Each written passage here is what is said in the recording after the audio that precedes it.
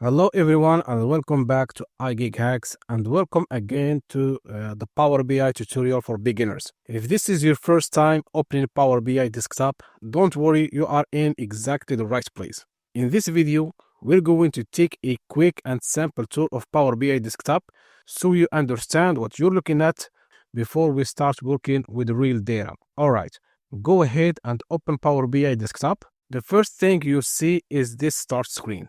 This is the Power BI homepage, and it's where you decide how you want to begin.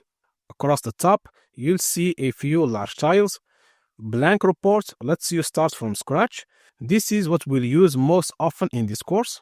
Excel workbook is one of the most common options, especially if you're coming from Excel. SQL Service is used when your data lives in a database, and get data from other sources opens the full list of everything Power BI can connect to. Don't worry about choosing the right option yet. We'll connect to data step by step in the next lesson. On the left hand side, you'll see the navigation menu. Home brings you back to the screen. Open lets you browse for existing Power BI files. At the bottom, you'll also see options to sign in, change settings, or view about information. In the middle of the screen, you may see recommended or recent items, especially after you've used Power BI a few times. For now, we're going to keep things simple. Go ahead and click Blank Report. This brings us into the main Power BI workspace. This big white space in the middle of the screen is where we build our visuals. If it feels a bit like PowerPoint, that's a good thing because it works in every similar way. At the top of the screen, you'll see the ribbon. Just like Excel, you have tabs such as Home and Insert. Most of the time, and honestly about 90% of the time, you'll be working in the Home tab. This is where you connect to data and perform your basic edits. Now let's look over to the far left of the screen. These three small icons are extremely important. They control how you move around Power BI. The first icon is the report view. This is where we are right now, and it's where charts and visuals live.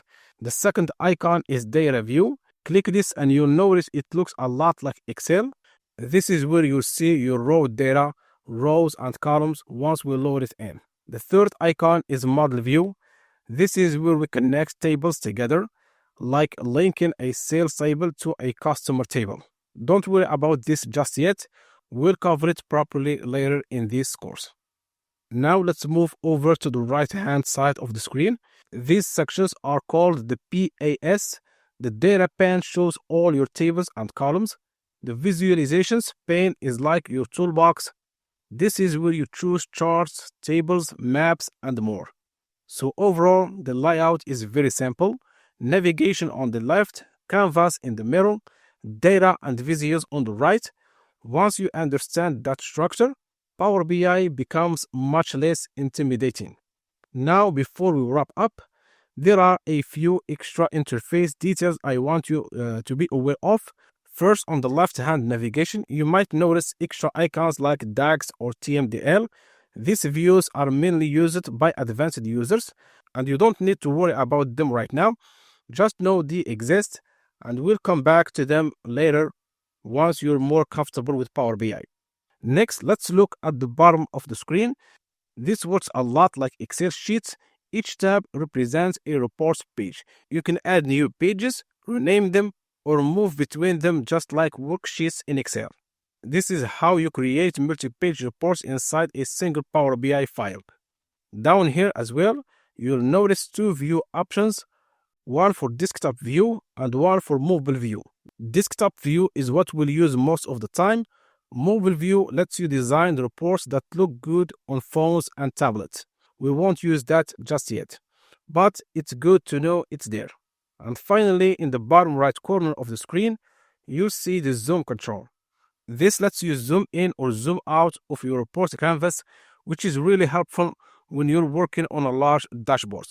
So again, Power BI might look like a lot at first, but once you understand what each section is responsible for, everything starts to make sense.